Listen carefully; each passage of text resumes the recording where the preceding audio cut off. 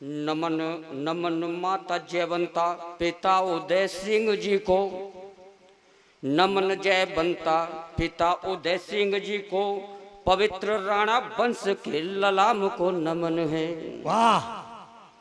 नमन माता जयवंता पिता उदय सिंह जी को, पवित्र राणा वंश के ललाम को नमन है। क्या बात है।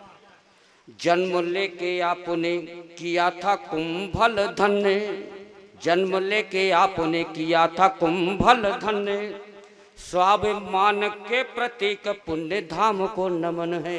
वाह। स्वाभिमान के प्रतीक पुण्य धाम को नमन है। जहाँ जहाँ पड़े जहाँ जहाँ पड़े पद चापो, ध्वज बही दिए गाड़, हाँ। सूक्त वीर भोगे वसुधा तमाम को नमन है। क्या बात है। और अंतिम पंक्ति इस छंद की अगर आपको अच्छी लगे तो आपका आशीर्वाद चाहूंगा। स्वागत है। आपके प्रताप से है, आपके प्रताप से है धन्य क्षत्रियों का वंश, हाँ। भूमि राजपूती साठा नाम को नमन है। वाह वाह वाह। बढ़िया, बहुत सुंदर, बहुत सुंदर, बहुत बढ़िया। और महाराणा प्रताप की बातें तो सब हम कर लेते हैं, लेकिन उनकी शिक्षाओं पर थोड़ा सा गौर करिए। स्वागत है। आदरणीय चौहान साहब, आपके चरणों में निवेदित करता हूँ। मैं देखता हूँ महाराणा प्रताप केवल एक शिक्षा देते हैं, और वो शिक्षा ही अगर किसी ने ग्रहण कर ले जीवन में हार नहीं हो सकती। जंग जीतना है तो मन को तन से ऊपर रखना। वाह।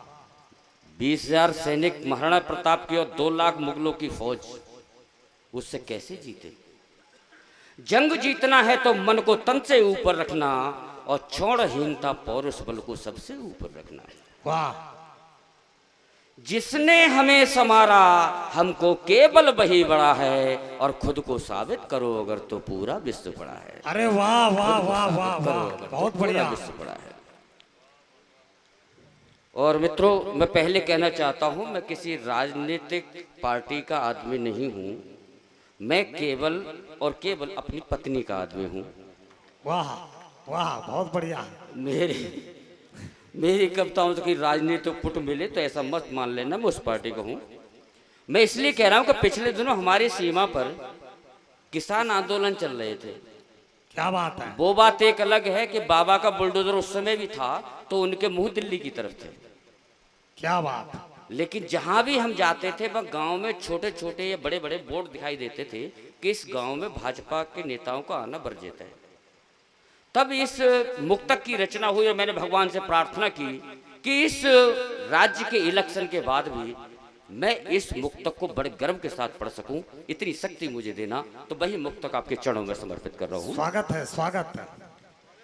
चाहा था हवेली को, चाहा था हवेली को, बिटोरा दे दिया तुमने।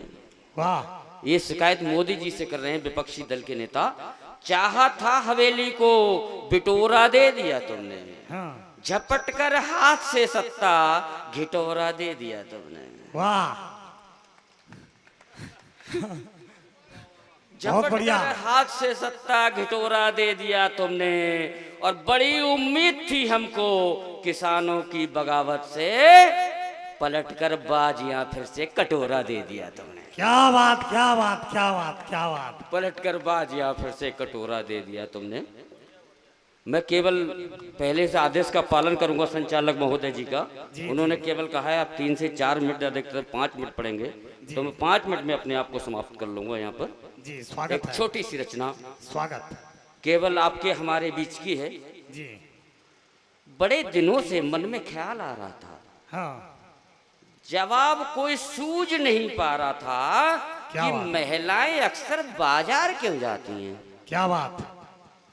महिलाएं अक्सर बाजार क्यों जाती हैं, खरीदना हो सिंदूर या बिंदी का पत्ता, चाहे मैचिंग का दुपट्टा, पूरा दिन लगाती हैं, सारा बाजार मझाती हैं।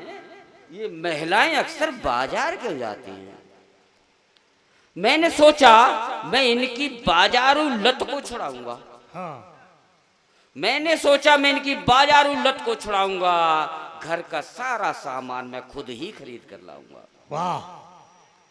एक दिन बाजार में बड़ा ही चकाचौंध था, हाँ। क्योंकि अगले दिन आने वाला करवा चौथ था। वाह। मैं झट से एक साड़ी के शोरूम में बढ़ गया। हाँ। वहां बड़ी मशक्कत के बाद हाँ। उसके रंग को कई महिलाओं के तन पर परखने के बाद वाह। एक साड़ी ले आया हाँ। और बदले में पूरी जेब लुटाया। क्या बात है। बदले में पूरी जेब लुटाया। मैंने सोचा कि मैं आज निश्चित ही अपनी पत्नी को खुश कर पाऊंगा। जो साड़ी 5,000 की लाया हूँ उसे 10,000 की बताऊंगा। क्या बात है, बहुत बढ़िया। चालाकी कर रहे थे भाई साहब, अब चालाकी पकड़ी जाएगी। जो साड़ी 5,000 की लाया हूँ उसे 10,000 की बताऊंगा। घर पहुंच पत्नी को देख के मुस्कराया हाँ। और बड़ी शान से साड़ी दिखाने के बाद उसका दाम बताया। हाँ। लेकिन बात बनते बनते बिगड़ गई। हाँ। ठीक उसी रंग की साड़ी पड़ोसिन की निकल गई। क्या बात है। तालियां बजाओ, एक सुर में बजाओ, इससे मुझे लगे अच्छा लग रहा है आपको। बहुत बढ़िया। ठीक उसी रंग की साड़ी पड़ोसिन की निकल गई। अब मेरी पत्नी ने आंख तरेरते हुए मुझे धमकाया। हाँ। बोली, तुम्हारे माँ बाप ने कुछ नहीं सिखाया? हाँ। तुम्हारे माँ बाप ने कुछ नहीं सिखाया। मैं अभी तुम्हारे साथ बाजार जाऊंगी हाँ। और उसी दुकान से इससे अच्छी साड़ी कम दाम में ला कर दिखाऊंगी। वाह।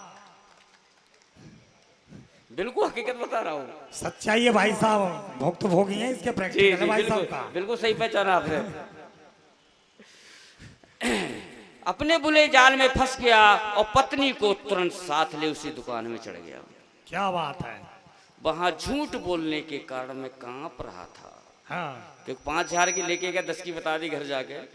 वहां झूठ बोलने के कारण मैं कांप रहा था, लेकिन दुकानदार मुस्कुरा के सब कुछ भांप रहा था। क्या बात है। दुकानदार मुस्कुरा के सब कुछ भांप रहा था। पूरी दुकान में साड़ियों का ढेर लगाने के बाद एक साड़ी जच गई। हाँ। थोड़ी देर पहले जो 700 की थी अब 2700 में पट गई। क्या बात है। क्या बात है। अब 2700 में पट गई। फिर भी मेरी पत्नी के दिमाग में कुछ और ही चल रहा था। हाँ। मुझे सबक सिखाने को उसका मन मचल रहा था। हाँ। दुकान से बाहर निकल परचून की दुकान पर पहुंच उसने 10 किलो चावल और 10 किलो आटा खरीदवाया और साड़ी की फॉल लेने के बहाने उसे लाद कर पूरे बाजार में गधे की तरह घुमाया। क्या बात है। क्या बात है। ये मन की व्यथा है, पीड़ा है भाई साहब। पूरे बाजार में गधे की तरह घुमाया। मैं तेज कदमों से घर की तरफ ताक रहा था। मौसम सर्द था, फिर भी कुत्ते की तरह हाँफ रहा था।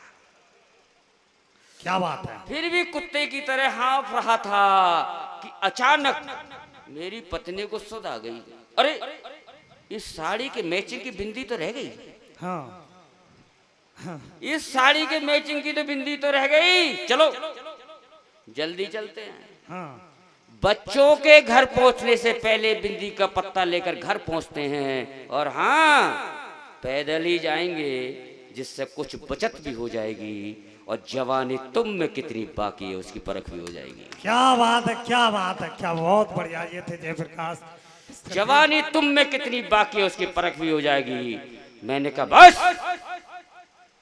तेरे सामने 100 बैठक लगाऊंगा। वाह। भोले के मंदिर में गंगा जल उठाऊंगा। कहीं भी आऊंगा जाऊंगा, पर तेरे साथ कभी बाजार नहीं जाऊंगा। अरे वाह वाह वाह। क्या बात है।